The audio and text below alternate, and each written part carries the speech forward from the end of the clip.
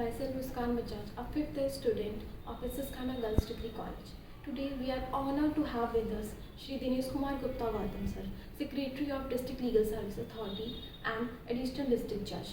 Today we are going to conduct our podcast, and through this podcast we will explore a very important social issue, that is awareness about the protection of women from the Domestic Violence Act 2005, and discuss the practical implications, legal remedies, and solutions to address domestic violence.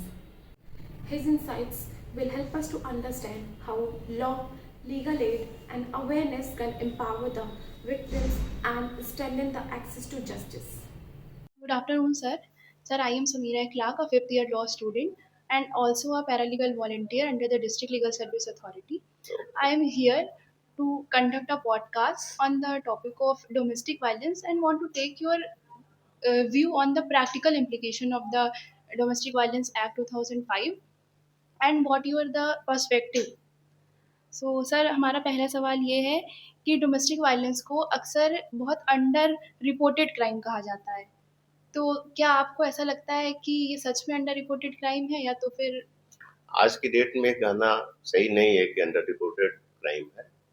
आज की date में बहुत ज़्यादा मुकदमे हमारे कचहरी में चल रहे हैं डोमेस्टिक वायलेंस के, जिसको लोग रिपोर्ट करते हैं। बट घर में बहुत छोटी-छोटी चीज़ों के लिए अगर रिपोर्ट करें या उसके लिए कोई मुकदमा करे तो हस्बैंड वाइफ की लाइफ चलना बड़ा मुश्किल होता है। तो बहुत सारी चीज़ों को थोड़ा इग्नोर करना पड़ता है। ये कहा गया है बहुत पहले से ही कि हस्बैंड वाइफ का गाड़ी के दो पहिए की तरफ से है, तो दोनों को बैलेंस लेके चलना पड़ता है। बट है, अगर वास्तव में किसी के साथ वायलेंस हो रहा है, डोमेस्टिक वायलेंस, तो उसको निश्चित रूप से आना चाहिए और कचहरी में उसको इस लॉ के तहत रेमेडी मिलती है। Okay sir. सर हमारा नेक्स्ट सवाल ये है कि कौन सी ऐसी प्रोविजन डोमेस्टिक वायलेंस एक्ट की है जो आपको लगता है कि बहुत ज़्यादा मिसयूज़ करी जाती है? जैसे कि हम लोग देखते हैं कि बहुत सारे डोमेस्टिक वायलेंस केसेस में रिस्पोंडेंट ऐसे-ऐसे लोगों को बना दिया जाता है जो इवन बहुत दूर रहते हैं और उनका कोई ऐसा ऐसा नहीं हो सकता कि वो डोमेस्टिक वायलेंस कमिट कर रहे हों। ये तो ज़्यादातर सही है कि बहुत सारा मिसयूज़ हो रहा है।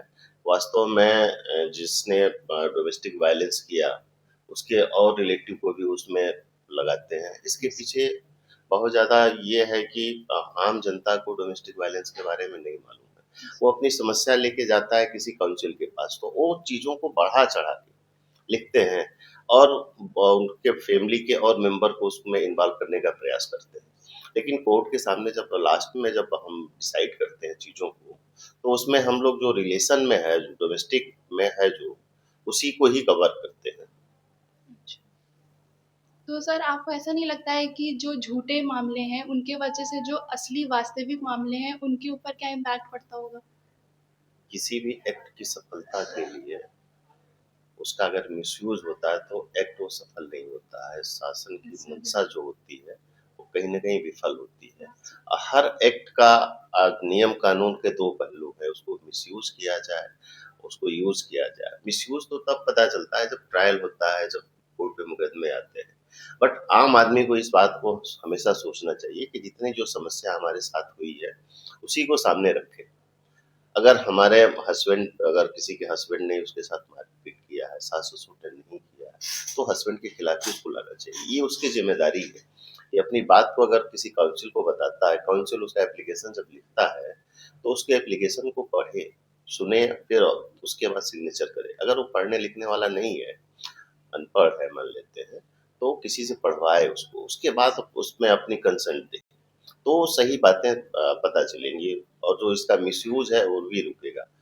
बट थोड़ा-सा महिलाएँ जो होती हैं जो डोमेस्टिक वायलेंस में, उनका प्रयास रहता है अपने मदर-फादर, भाई-बहन के वजह से या किसी भी कारण से कि फैमिली के और मेंबर को इन्वॉल्व कर लो तो हमारा मामला स्ट्रॉन्ग हो जाएगा।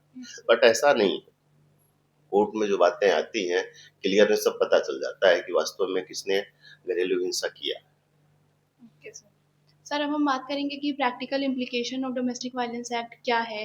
तो इसमें जैसे कि एक बहुत ही महत्वपूर्ण एक प्रोविज़न है प्रोटेक्शन ऑफ़िसर का। तो क्या ग्राउंड लेवल पे ये रियलिटी है कि प्रोटेक्शन ऑफ़िसर सच में अपॉइंट होते हैं और वो चीज़ें प्रोवाइड करते हैं जो अकॉर्डिंग टू लॉ उनको उनके ऊपर ड्यूटी इम्पोज़ करी गई है? एकदम है हमारे यहाँ, तो प्रोटेक्शन ऑफिसर में हमारा डीपीओ जिला प्रोवेशन अधिकारी। बिना डीपीओ की रिपोर्ट से कोई मुकदमा कचहरी में नहीं चलता है।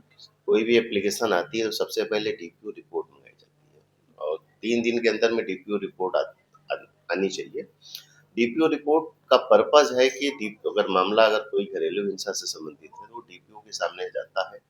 डीपीओ उसकी प्राइमरी जाँच करता है और उस मामले को वहीं समाप्त करने का प्रयास करता है। दोनों पक्षों को, हस्बैंड वाइफ को बुला के वो प्रयास करता है कि जो भी छोटी-मोटी बातें हैं इनको समाप्त किया जाए। अगर वो मामला सेटल नहीं होता है तब वो कोर्ट में रिपोर्ट बना के भेजता है, फिर मुकदमे चलते हैं। प्रोटेक्शन ऑफिसर ऐसी कोई पोस्ट के नाम से यूपी में नहीं है, पर डीपीओ को पूरा पावर है, ये प्रोटेक्शन ऑफिसर वही है, डीपीओ ही। और सर ये इसमें जो प्रोविज़न प्रोवाइड किए हैं मॉनेटरी रिलीफ़ और मेडिकल रिलीफ़, लीगल रिलीफ़, तो ये सब का इम्प्लीकेशंस होता है? हाँ, एकदम निश्चित रूप से होता है। सेक्शन 18, 19, 20, 21, 23 बट कोई भी रिलीफ हम आँख बंद करके किसी को नहीं देते। दोनों पक्षों को सुनते हैं। रियल में उनको जो उसको ज़रूरत है तभी देते हैं। और सबसे बड़ी प्रॉब्लम डोमेस्टिक वायलेंस में ये है कि अगर हम अंतरिम रिलीफ कोई किसी को हम प्रोवाइड कराते हैं सेक्शन 23 में, अगर हस्बैंड को हम आदेशित करते हैं कि 10,000 5,000 रुपए पर मंथ उसको दें, तो उसकी इनकम होनी चाहिए। Yes sir. इसके लिए वादी को ज़िम्मेदारी है कि वो अपना इनकम सर्टिफिकेट लाए, बताए, नहीं तो कोर्ट मिनिमम प्रयास करती है। कभी-कभी लगता है कि कोर्ट ने तो 500 रुपया कर दिया, तो 500 रुपया क्यों किया? क्योंकि कोई इनकम का बताया नहीं सोर्सेस, उसके द्वारा कुछ आया नहीं, वो कोई सर्विस भी नहीं करता है, ज़्यादा पढ़ा-लिखा भी नहीं है, तो मिनिमम प्रयास करती है और कोई भी भरण-पोषण की धनराशि निर्धारित करने के लिए सोशल बैकग्राउंड दोनों पक्षों का देखना बहुत ज़रूरी होता है। तो समय-समय पर करते हैं हम लोग और सबसे बेसिक समस्या प्रैक्टिकली हमारे अब तक के अनुभव से यही लगा है कि कोर्ट का काम है आदेश करना।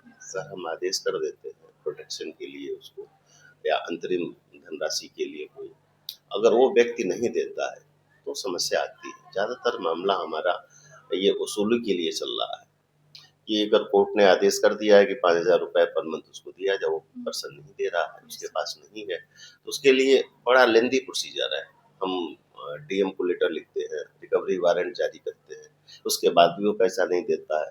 गिरफ्तारी करते हैं, गिरफ्तार के लिए उसको सिविल जेल की तरह रखते हैं और 30 दिन तक उसको सिविल जेल में रखते हैं, फिर भी वो पैसा नहीं देता है। तो अल्टीमेट उसको फ़ायदा तो नहीं हुआ जो हमारे आदेश का जो है, और गवर्नमेंट ऐसा कोई फंड भी नहीं बनाई है कि अगर वो पर्सन नहीं देता है, तो गवर्नमेंट अपने पास से उस पीड़िता को दे। अच्छा सर। सर जैसे एप्लीकेंट है आजकल बहुत सारे केसेस ऐसे होते हैं कि एप्लीकेंट की बहुत ज़्यादा डिमांड होती है, मतलब बियॉन्ड एक्सेप्शनल, तो उस पे क्या आप कहना चाहेंगे?